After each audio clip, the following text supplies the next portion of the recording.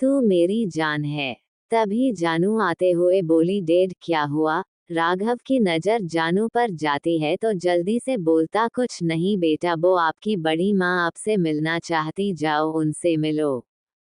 तारा जब जानू को देखती है तो खुशी से बोलती, अरे मेरे पास दो दो क्यूटीज है। वो जानू को गोद में उठा लेती है और सम्राट के पास जाके बोलती, हब्बी देखो ये कितनी क्यूट है ना, माही की तरफ। सम्राट सर पर हाथ फेरता और बोलता, हाँ ये बहुत क्यूट है। जानू सम्राट को चमकती आंखों से देखती और बोलती, आप बहुत डेड की तरह। ये सुन के राघव के होश उड़ जाते हैं और वो रोमा की तरफ देखता है। रोमा इधर उधर देखने लगता है और सम्राट और राघव एक साथ बोलते, तुम्हें ये किसने सिखाया? जानू मासूमियत से बोलती, मैं माँ की तरह हूँ, माँ को हैंडसम अंकल पसंद है और मुझे भी। अब राघव रोमा को घूर के देखता और बोलता, जानू बच्चा किसी को ऐसे नहीं बोलते, ये गलत बात, आप अच्छी चीजें सीखा करो। और सम्राट भी जानू को गोद में ले लेता और बोलता, बच्चा लड़कों से दूर रहना, वो अच्छे नहीं होते हैं और वो तुम्हें चोट पहुंचा सकते हैं। और बोलते, अगर तुम दूर रहोगी तो तुम्हारे बड़े पापा तुम जो भी मांगोगी वो तुम्हें देंगे। जानवी बोलती, सच में बड़े डैड आप मुझे दोगे? सम्राट बोलता, हाँ दूंगा, तुम जो भी मांगोगी मैं दूंगा, बस तुम लड़कों से दूर रहना, ठीक है? राधा सम्राट को देखता और बोलता, एक माही बनने वाली है। ये सुन के राधा और राजीव हंसने लगते हैं। तारा सम्राट को देखती फिर राघव और रोमा से बोलती है, अब अपने पति से बच के रहना, क्यों अब तुम उसकी चुगल में फांस चुकी हो, मुबारक हो तुम्हें मेरी तरह कैद, क्योंकि तुम्हारा बाटी मेरे पति जैसा ही जलकुकड़ा है, अब तुम्हें भगवान बचाए। रोमा राघव को देखती जो अपनी बेटी को देख रहा था और सम्राट जानू को अच्छे से गोद में लिए हुए था, वो सबको देखती जो जानू को पाके बहुत खुश थे और फिर वो मुस्कुरा देती और बोलती, राघव के पास जाके जानू को इतनी अच्छी फैमिली देने के लिए। राघव बोलता, हाँ पर अब गलती मत करना मुझे छोड़ के जाने की, वरना मैं जो तुम्हें सजा दूंगा उससे तुम उठ नहीं पाओगी 2 दिन तक। ये सुन के रोमा के गाल लाल हो जाते हैं, ये देख के राघव के चेहरे पर मुस्कान आ जाती है। जानू सम्राट से बोलती, पड़े पापा वो क्या है? तो सम्राट उस तरफ देखता जहाँ जानू देख रही थी, तो वो बोलता, वो हौज है क्या तुम्हें बेचाहिए? जानू घोड़े को देखती और बोलती, पर वो तो बहुत बड़ा, जानू नहीं बैठ पाएगी। सम्राट घोड़े की तरफ देखता और बोलता, कोई बात, मैं तुम्हारे लिए घोड़ा बन जाता हूँ, तुम मेरे ऊपर बैठ जाओ। जानू खुश होते हुए बोलती, सच्ची? सम्राट बोलता, हाँ, तो सम्राट घोड़ा बन जाता और राघव उसे बैठा देता, जिससे पूरे घर में जानू की हंसी गुजने लगती। ये देख के सारे नौकर और घर के सभी लोग बहुत खुश थे कि सम्राट को फिर से बेसे देख के, जब माही के लिए सम्राट कुछ भी करता था। तारा रोमा से बोलती, थैंक्स, आज सिर्फ तुम्हारे वजह से मैंने फिर से इस घर में हंसी सुनी है और अपने हब्बी इतना खुश। रोमा बोलती, इसमें थैंक्स बात नहीं दी, मैं भी अब इस घर का हिस्सा हूँ और हाँ, जितना मेरा उस पर हक उससे ज्यादा आपका जानू पर हक है, क्योंकि वो मेरी बेटी, तो आप उसकी बड़ी माँ हो, तो आपका मुझसे ज्यादा उस पर हक। तारा रोमा को गले लगा लेती और थैंक्स बोलती। माही भी आ जाती है और अपने भाई को घोड़ा बना देखती तो हंसने लगती है, उसकी हंसी उसके सब माही को देखने लगते, क्योंकि इस हंसी को उन्होंने उन लोगों ने बहुत मिस किया था। राधा बोलता, राधा देख हमारी माही हंसती हुई कितनी प्यारी लग रही है ना? राधा बोलती है, हाँ भाई देखो ना, जानू के आने से हमारी माही के चेहरे पर भी मुस्कान आ गई, सच में जानू हम सब के लिए कितनी खुशियां लाई, मैं कल ही पूजा करवाऊंगी जिससे इस घर की खुशियों की किसी को नजर ना लगे। माही बोलती, भाई मेको भी आपकी साबरी करनी है और वो भी जानू के साथ सम्राट के ऊपर चढ़ जाती है। सम्राट को तो कुछ भी फर्क नहीं पड़ता और मुस्कुराते हुए दोनों के साथ मस्ती करने लगता है। तभी तारा बोलती, चलो बस बहुत, अब जाओ माही, तैयार हो जाओ, तुम्हें कॉलेज भी जाना है। माही बोलती ओके भाभी और वो अपने रूम में तैयार होने चली जाती है। थोड़ी देर बाद सब खाने की टेबल पर बैठे हुए थे। रोमा ने काल को सब फोन करके बता दिया था और करण और कीर्ति को वो भी रोमा के लिए खुश थे और उन्होंने बोला था कि वो जल्दी सबसे मिलने आएंगे। राधा बोलती रोमा बेटा 7 दिन बाद माही का बर्थडे है, उस दिन पूजा करते हैं और उसी दिन आदित्य का भी तो मंदिर में पूजा होगी। मैं चाहती हूँ तुम दोनों जब इस घर के बहू हो तो विधि विधान से इस पूजा में बैठो और भगवान का आशीर्वाद लो और मैं शाम को अनाउंस करा दूंगी तुम दोनों के बारे में उसी दिन, जिससे दुनिया को पता चल जाए कि तुम रावत खदान की बहू हो। रोमा बोलती पर माँ इतनी भी क्या जल्दी में, अभी तो आई हो, आप दी के बारे में बता दो ना। तारा बोलती बिल्कुल नहीं, मैं अकेली क्यों बलि का बकरा बनूं, तुम भी मेरे साथ बानगी बेसे भी अब जब तुम आ गई हो तो तुम मेरे साथ मेरे कामों को संभालोगी। माही चहकते हुए बोलती इसका मतलब मैं फ्री हो गई कामों से। तारा बोलती बिल्कुल नहीं, अपनी पढ़ाई पर ध्यान दो, अगर नो काम आए ना तो तुम्हारी पॉकेट मनी बंद कर दूंगी। माही बोलती भाभी आप ऐसा नहीं कर सकती और बोलती माँ देखो ना भाभी को। राधा मैं कुछ नहीं बोलूंगी, तुम ही पढ़ाई में ढील कर रही इसलिए तुम्हें तारा की बात माननी होगी। माही कोई बात नहीं, मेरा अदी हाँ ना मैं उससे ले लूंगी और अपने दांत दिखा देती है। तारा बोलती अच्छा रुको, तुम मैं आदित्य बोलती हूँ अगर उसने तुम्हारी मदद की ना तो मैं उसके तागे तोड़ दूंगी, बेसे भी अब उसकी शादी हो गई सो उसे परेशान करना बंद करो। माही बोलती तो मैं भी शादी कर लूंगी माहिर से, तो मैं उसके साथ उसके पास रह पाऊंगी जिससे वो कहीं नहीं जा पाएगा मुझसे दूर और मैं अपने भाई से भी दूर नहीं हो पाऊंगी और जब चाहे यहाँ आ जाऊंगी आपको परेशान करने। और वो बैग उठा के बोलती मैं जा रही हूँ कॉलेज, आप मेरी चिंता मत करना, लव यू ऑल। ये सुन के सब जाती हुई माही को देखते हैं। राधा सम्राट की तरफ देखती है तो वो सभी की तरफ देख रहा था, फिर बोलता डेड मामू माँ मुझे जानना है मेरे जाने के बाद यहाँ क्या क्या हुआ। राघव बोलता सम्राट गुस्सा मत करना, तुम जानते हो ना तुम्हारे इस गुस्से ने माही कैसा बना दिया था जिसकी भरपाई तुम आज तक नहीं कर पाए। सम्राट अपना सर झुका लेता और बोलता मामू मैं जानता हूँ, तू मेरी जान है। कुछ नहीं बोलता और खाने की टेबल से निकाल के सोफे पर जाके बैठ जाता है तो राधा राजीव भी राघव के साथ आ जाते हैं। रोमा उन सब की तरफ देखती है।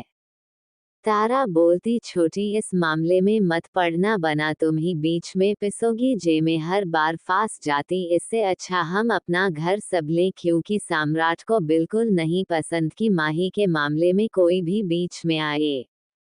रोमा बोलती समझ गई दी, आपके बोलने का मतलब क्या है तारा, तो चलो हम दोनों आज शॉपिंग पर चलेंगे, उससे पहले सारा काम कर लेते हैं। रोमा बोलती ओके दी और दोनों किचन की तरफ बढ़ जाती है। जानो खेलने लगती है रूम में जाके क्योंकि उसे नौकर माही के रूम में ले गए थे जहाँ बहुत बड़ा प्ले हाउस है, इसलिए वो वहाँ बिजी हो गई। सम्राट बोलता पर माँ हम कैसे ऐसे ही किसी पर भरोसा कर ले, अगर वो सच जान के माही छोड़ दिया तो क्या मैं फिर से अपनी बहन को टूटते हुए देखूंगा। राधा बोलता सम्राट वो पहले से ही सच्चाई जानता है क्योंकि मैंने मधु को और रोहन को पहले ही इस बारे में बता दिया है और इस बात से किसी को भी प्रॉब्लम नहीं और मधु ने मुझसे बोले है कि वो मधु से शादी करना चाहता है। सम्राट ठीक मान लेता और क्या दक्ष की सच्चाई वो माहिर अपना पाएगा कि माही किसी दक्ष को प्यार करती है और ये जान के भी क्या वो उससे शादी करेगा। तभी माहिर अपनी मॉम डैड के साथ काल को लेके आता है और बोलता हाँ मुझे इससे कोई दिक्कत नहीं, मैं खुश हूँ कि जो अपने पहले प्यार को इतना प्यार करता है तो वो जब मुझसे प्यार करेगा तो कितना होगा। सम्राट खड़ा हो जाता और बोलता ये कहने की बातें हैं और तुम जानते हो ना समझ इस शादी को कभी नहीं अपनाएगा, तो फिर भी तुम ये शादी करना चाहते हो। काल बोलता, जब मैं अदी से शादी कर सकता और हम एक दूसरे से लड़के होके प्यार कर सकते हैं तो इसमें क्या प्रॉब्लम और इसमें माही की क्या गलती जो भगवान ने उसे ऐसा बनाया। माहिर बोलता, काल सही बोल रहा और मुझे खुशी को भगवान ने उसे वो बनाया जो उनका खुद का एक रूप तो मैं कौन होता हूँ उसे ठुकराने वाला। राघव दोनों को देखता और बोलता, भाई मान जाइए, वैसे भी जब माही ने इस रिश्ते को मान लिया है तो हम क्यों उसका साथ नहीं दे सकते और कब तक हम उसे इस तरह रखेंगे। मैंने उसे देखा कि वो कितना तड़पती थी दक्ष के लिए और आपने खुद ही कहा था ना कि आपको जब दक्ष जितना प्यार करने वाला माही के लिए मिलगा तो आप उसकी शादी उस इंसान से करा देंगे और वैसे भी दक्ष को अगर मिलना होता तो वो कब का हमें मिल जाता और डॉक्टर ने भी तो बोला था वो मर चुका है तो आप क्यों नहीं मान जाते हैं। सम्राट सभी को देखता और बोलता, मैं एक बार माही से बात करना चाहता हूँ, फिर मैं इस बारे में बात करूँगा, जब तक आपको मेरे अंसार का इंतजार करना होगा। और वो मधु के और रोहन का पैर छू के अपने रूम में चला जाता है। राघव भी दोनों के पैर छूटा है और काल के भी जैसे ही चुने जाता तो काल उसे रोक देता और बोलता, आप मेरे पैर मत छुओ क्योंकि मैं आपका छोटा साला हूँ और मेरी बड़ी बहन आपकी पत्नी है। और वो राघव के पैर छूटा है और माहिर भी जैसे चुने को होता तो वो बोलता, नहीं माहिर, अगर माही इस रिश्ते के लिए हाँ बोलती तो तुम हमारे जीजा हुए और हम अपने रस्मों को मानते हैं जिसमें साला जीजा का पैर छूता। तो माहिर बोलता, और रोमा दी तो मेरी भी सिस्टर है। तो राडा बोलता, हाँ पर माही हमारी बेटी है इसलिए तुम ये नहीं कर सकते हो। तो माहिर बोलता, ठीक, पर मैं आप लोगों के तो छू ही सकता हूँ। और माहिर और काल तीनों के पैर छू लेते हैं। तो तारा और रोमा चाय नाश्ता लेके नौकर के साथ बाहर आती है और नौकर से टेबल पर रखती हुई बोलती, अरे हम दोनों भी बड़े हैं तुमसे, हमारे हमारे भी छू लो। माहिर जैसे छूने के लिए आगे बढ़ता है तो तारा रोक देती और बोलती, नहीं तुम मेरे छू नहीं सकते, मैंने माज किया है क्योंकि मैं माही की भाभी हूँ। और रोमा बोलती, मैं भी अब इस घर की हिस्सा हूँ भाई, तो अगर आप इस घर के दामाद हुए तो मुझे भाभी का फर्ज निभाना, इसलिए आप मेरे पैर नहीं छू सकते हैं। काल बोलता, मैं तो छू ही सकता हूँ ना। तो वो रोमा के छूने के बाद जैसे ही तारा के पैर छूने वाला था तो तारा रोक देती और बोलती, नहीं तुम भी मेरे पैर नहीं छू सकते हो क्योंकि अदी भी इस घर का हिस्सा और वो भी माही की तरह ही, इसलिए तुम दोनों मेरे लिए इस घर के दामाद हो। रोमा तुम्हारी बड़ी बहन है इसलिए वो माना नहीं कर सकती, पर मैं तुम्हारी बहन के पहले इस घर की बड़ी बहू होने के साथ माही और अदी की भाभी हूँ, सो मुझे तुम दोनों का सम्मान करना होगा। मधु बोलती, अरे वाह, हमें लगा नहीं था हमारी बेटी इतनी समझदार है। राडा बोलता है, आखिर बेटी किसकी है। तो राजीव बोलता, मेरी। और राडा का मोह बन जाता है तो राजीव और रोहन हंस के बोलते हैं, हमारी बेटियां है, तू मुंह क्यों फुला रहा है। तारा बोलती, माँ नाश्ता कीजिए ना, मैं उनको भी लेके आती हूँ। राधा बोलती, जा उसे ले आ। तारा चली जाती है और रोमा राघव के पास जाके खड़ी हो जाती है। राघव मुस्कुरा देता है। रूम में जब तारा जाती है तो देखती सम्राट माही की फोटो के सामने खड़ा है। तारा बोलती, क्या हुआ हब्बी। सम्राट तारा को देखता है तो उसे अपने पास आने को बोलता है। तारा उसके पास चली जाती है। सम्राट तारा को गले लगते हुए बोलता है कि मैं बुरा भाई हूँ। तारा बोलती, नहीं, आप तो सबसे अच्छे भाई हो। आपको ऐसा क्यों लगता है। सम्राट बोलता, जिस बहन को मैंने नाजों से पला था और देखो एक टाइम में उसका सबसे दोषी था, अगर मैंने उसे मन नहीं किया होता तो आज भले ही दक्ष उसका प्यार नहीं होता पर उसके साथ उसका दोस्त बन के जरूर रहता। तारा बोलती, इसमें आपकी कोई गलती नहीं, क्यों आप अपने आप को दोष दे रहे हो, जो होना था वो हो गया और होनी को कोई नहीं टाल सकता, बस हमें अब आने वाली खुशियों पर ध्यान देना चाहिए और हम हाँ ना माही के साथ हमेशा, जब भी उसे जरूरत पड़ेगी तो हम हमेशा उसका ध्यान रखेंगे। और देखो ना आज माही कितनी खुश थी माहिर के नाम से, भले ही वो उससे प्यार नहीं करती है पर वो जल्दी ही माहिर को अपना लेगी। और आप भी तो चाहते हो कि माही फिर से बेसी हो जाए जैसी वो पहले हंसती खेलती थी, मुझे माहिर पर पूरा भरोसा है वो उसे खुश रखेगा। माहिर जरूर माही के दिल में जगह अपनी बन लेगा। सम्राट बोलता, हाँ जब सब यही चाहते हैं तो ठीक है, मैं भी इस रिश्ते के लिए तैयार हूँ, पर जब माही की पढ़ाई पूरी हो जाएगी और हाँ अदी भी माही के साथ इसी घर में रहेगा, क्योंकि वो अभी छोटा, भले ही उसकी शादी हो गई पर मैं अपने दोनों भाई बहन की शादी पूरे रीति रिवाजों से करोगे, चाहे समझ मने या ना मने, पर मैं अपने दोनों बच्चों को खुश देखना चाहता हूँ। मेरी यही शर्त है, अगर दोनों इस शर्त को मानेंगे तो ही मैं माही की शादी उस माहिर से करोगे। तारा बोलती, हब्बी ये क्या बच्चों वाली हरकत, उनके शादी पहले ही हो चुकी तो आप काल से अदी को कैसे छीन सकते हैं। सम्राट बोलता, तो क्या वो अभी बच्चे हैं, जब तक उनकी पढ़ाई पूरी नहीं होती तब तक वो मेरे साथ इसी घर में रहेंगे और उन्हें मेरी बात माननी होगी। और सम्राट बोलता, मैं जा रहा हूँ, उनसे बात करने, मेरे बीच में मत पड़ना। तारा, अरे सुनो तो, पर सम्राट बिना सुने सबके पास आता है और बोलता, मैं इस रिश्ते के लिए राजी हूँ पर मेरी एक शर्त है।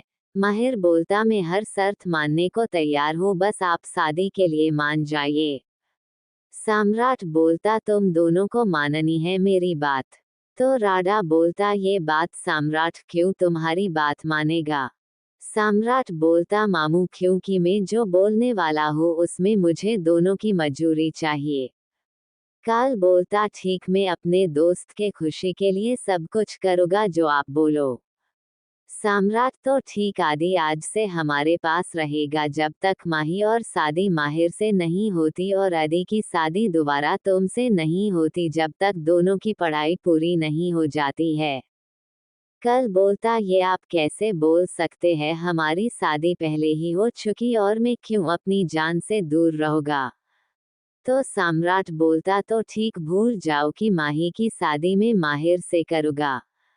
राधा बोलती बोलती, सम्राट ये क्या बच्चों वाली हरकत है। तो सम्राट बोलता, माँ आप भूल रही कि अदी माँ बन सकता है और मैं नहीं चाहता कि वो इसके साथ रहते हुए प्रेग्नेंट हो जाए बिना अपनी पढ़ाई पूरी किए। और इसको दर्क के लग रहा, अगर मैंने अपने मासूम से अदी को इसके पास छोड़ा तो इसे टाइम नहीं लगेगा प्रेग्नेंट करते हुए। और अगर शादी होगी तो दोनों की साथ में होगी, वरना नहीं होगी, तो सोच लो दोस्त की खुशी या अदी।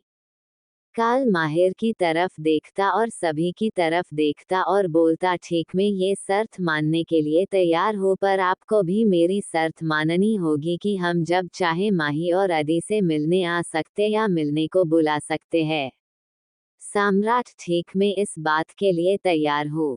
माहिर को काल घूर के देखता और आंखों ही आंखों में बोलता, एक बार घर चल, तू तेरे वजह से आज मैंने अपने प्यार की कुर्बानी दी है, तेरी हड्डी ना तोड़ी तो मैं काल नहीं। मधु और रोहन काल के आंखों से बोले जा रहे शब्दों को समझ रहे थे।